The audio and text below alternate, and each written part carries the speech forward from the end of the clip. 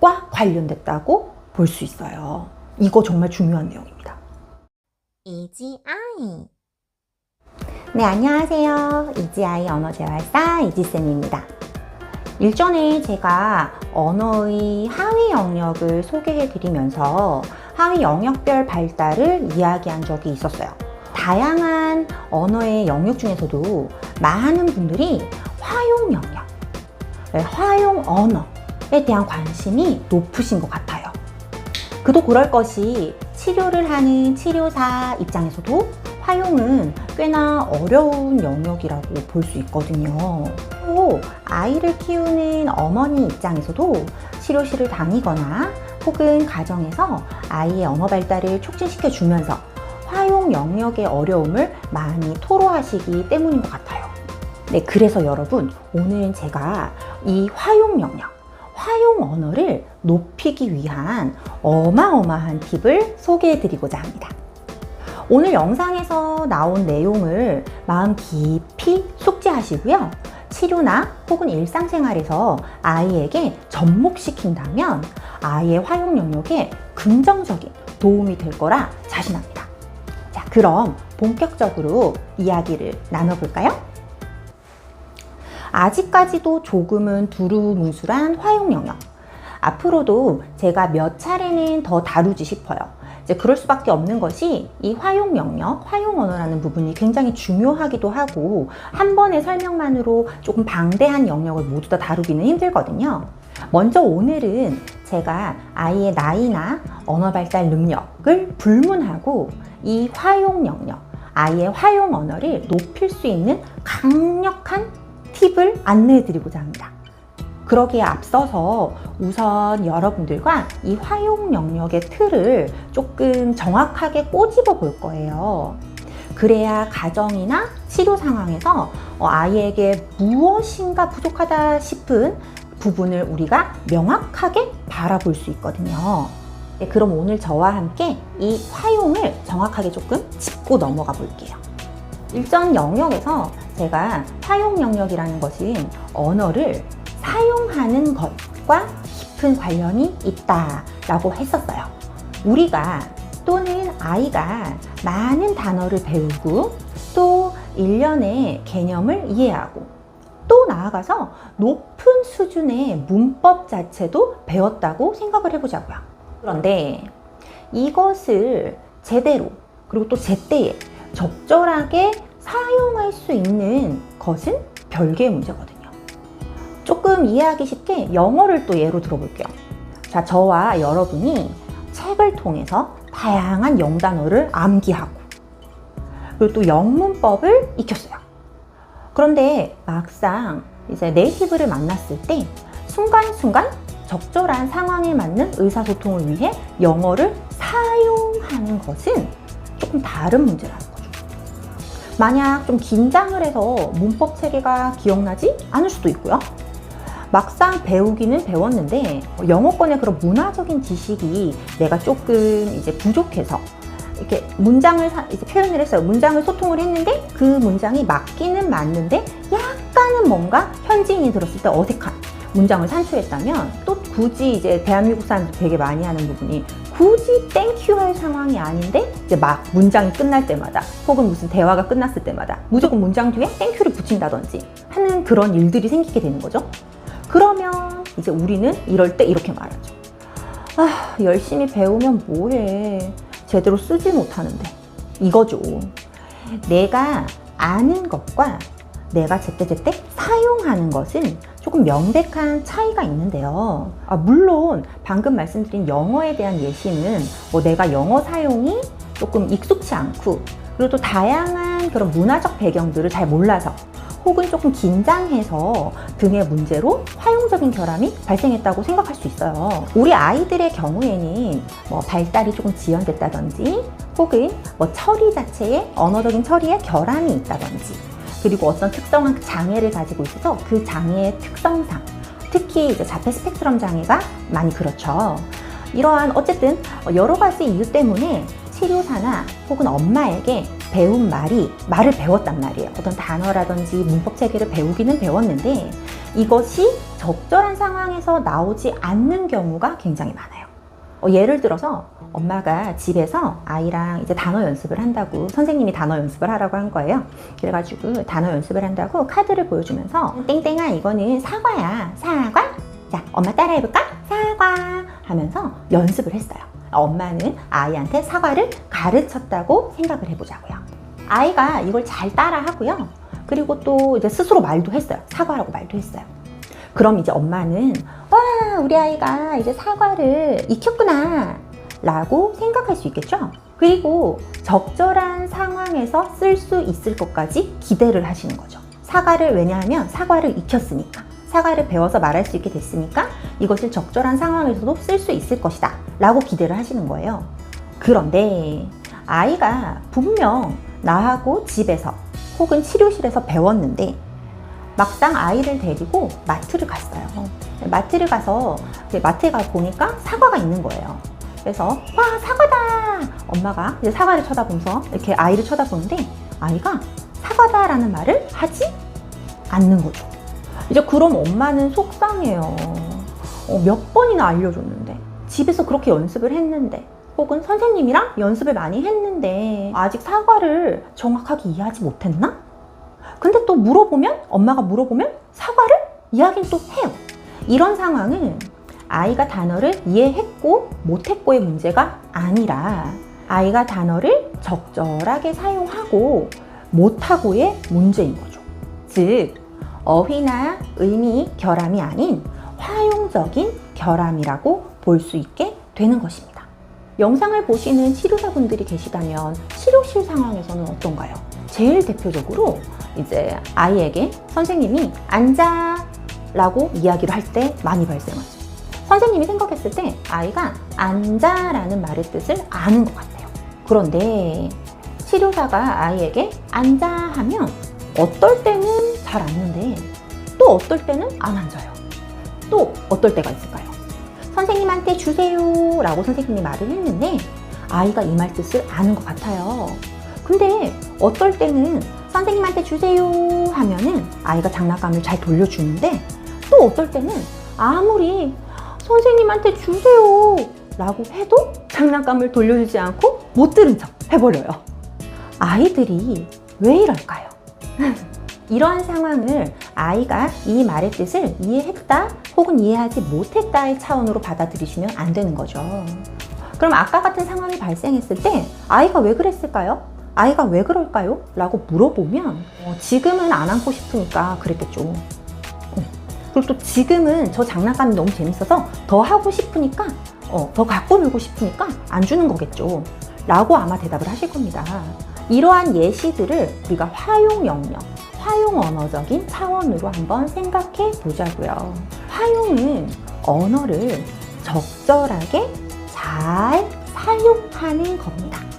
언어는 우리가 또 표현과 이해라는 두 가지 영역으로 생각을 해볼 수가 있죠.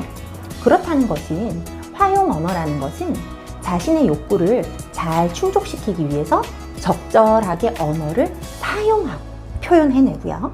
그리고 의사소통은 말하는 것만 있는 게 아니라 듣는 것도 있잖아요. 그죠? 그래서 타인의 말을 적절하게 이해했다라는 것을 잘 표현하는 언어 또한 사용하는 거예요. 아이는 자신의 의사를 표현할 때도 적절하게 언어를 사용해야 되고요.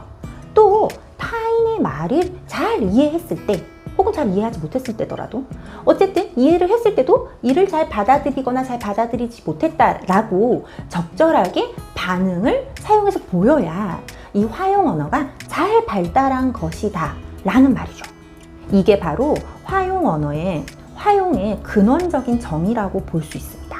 이를 조금 더 파고 들어보면요, 활용이라는 것은 언어가 어떻게 사회적 수단으로 사용되는가 하는 방식을 지배하는 언어 규칙을 습득하는 것과 관련됐다고 볼 수 있어요. 이거 정말 중요한 내용입니다. 방금 제가 말씀드린 문장을 조금 더 생각해 볼게요. 사람이 만약에 혼자 살고 있다면, 사람이라는 개체가 혼자 살고 있는 개체라면 언어는 필요가 없습니다. 언어는 2명 이상의 사람이 있을 때 비로소 의미를 갖게 되는 것이죠. 즉, 인간은 공동체, 사회에서 살아가기 때문에 언어라는 게 생겼다고 볼 수 있어요. 왜냐? 그 사회가 잘 굴러가려면 소통을 해야 되니까요. 근데 소통을 내 맘대로 하면 되나요? 그럼 결국 소통이 아닌 거죠. 소통이 되려면 그 사회 구성원, 우리 모두가 정확하게 알고 있는 공통된 규칙이 있어야 되는 겁니다. 모두에게 동일하게 적용되는 규칙이 있어야 혼선이 생기지 않고 정확한 소통이 되겠죠. 그래서 모든 언어는 일련의 그리고 다양한 규칙성을 가지고 있습니다. 그 규칙을 맞게 사용하는 게 바로 화용입니다. 자, 이렇게 생각해 볼 때 화용의 근원은 결국 언어 규칙을 지키는 것에서 시작이 되는 거라고 볼 수 있어요. 화용의 시작은 규칙을 받아들이는 것입니다. 네, 길고 긴 시간 동안 제가 화용의 뜻에 대해서 여러분들과 이야기를 나눠봤어요. 그래서 말씀드리는 아이의 나이든 아이의 능력이든을 막론하고 적용해야 하는 화용 언어 발달을 위한 팁은 바로 일상을 보내는 사회생활 내에서 일련의 규칙을 꼭 지키도록 가르치는 것입니다.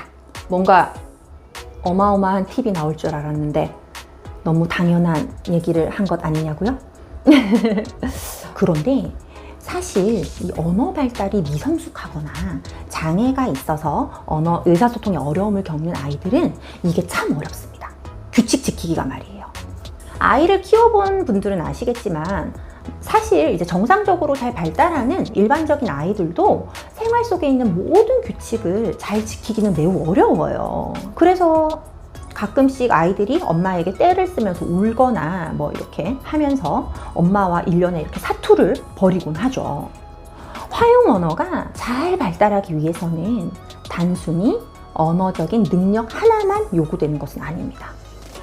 화용은 다양한 인지적인 능력이나 이런 사회적인 능력과 많은 영향을 주고받아요. 우리 아이가 상황에 잘 맞게 적절한 말을 쓰고, 그리고 핑퐁 대화, 어머님들께서 이제 제일 원하시는 부분들 중에 하나죠. 핑퐁 대화를 잘 하고, 그리고 또 혹은 또래 집단 내에서 눈치 있게, 눈치껏 잘 행동하기를 바라시나요? 그렇다면 그 모든 시작은 일련의 규칙을 지속적으로 지켜가게 하는 데 있습니다. 그렇다면 이제 치료실이나 가정에서 본격적으로 규칙 지키기 팁을 활용하는 법을 알려드릴게요. 아이들의 나이나 능력, 상황에 따라 이 규칙을 설정하는 데 있어서 이 규칙의 종류나 규칙의 범위 같은 것들은 굉장히 다양하게 설정할 수 있을 것이에요. 첫 번째 방법은 우선 가정 상황과 치료실 상황에서 대전제 규칙을 만들어 지키도록 하는 것입니다. 대전제 규칙이란 우리가 숨을 쉬는 게 당연하듯이 그것을 지키는 게 당연한 규칙을 말합니다. 우리도 일상생활에서 생활을 할 때 남의 것을 훔치는 것은 당연히 안 되는 거죠. 이유가 있나요? 아니죠. 그냥 당연히 안 되는 겁니다. 그것처럼 치료실이나 가정 내에서도 당연히 이것은 지켜야 하는 그런 일련의 규칙을 3가지 정도 만들어 두는 것이죠. 문제 행동이 있거나 화용 언어에 어려움을 보이는 아이라면 가정 내에서 꼭 3가지 정도의 대전제 규칙을 만들고 이 규칙을 무슨 일이 있더라도 지키도록 가르칩니다. 예를 들어 집에 오면 가장 먼저 무조건 손을 씻는다. 우리 집에서 밥을 먹을 때는 밥을 다 먹고 나서 간식을 먹는다. 정해진 시간에 꼭 불을 끄고 잠자리에 눕는다 등 아이의 생활 환경이나 수준에 맞추어서 아이뿐만 아니라 가족 모두가 지킬 수 있는 규칙을 3가지, 더 많아도 되고 아니면 1가지로 시작하셔도 돼요. 이렇게 몇 가지만 만드는 거예요. 여기서 중요한 점은 이 대전제 규칙은 아이뿐만 아니라 가족 모두가 지켜야 한다는 점입니다. 치료실에서도 마찬가지예요. 예를 들면 치료실에 입장하기 전 엄마에게 무조건 꼭 인사하기 등처럼 매일매일 숨쉬듯 실천하고 지키는 규칙을 설정하고 이를 지속적으로 아동에게 유도합니다.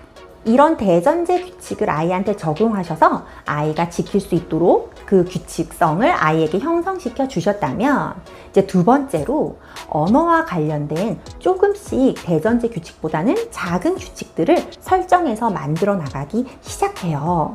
예를 들어 치료실에서 장난감을 만지고 싶다면 꼭 장난감 할래요 라고 허락을 먼저 구하기. 치료사가 제시하는 과제를 다 끝내고 난 뒤 쉬는 시간을 가져서 장난감을 가지고 놀기.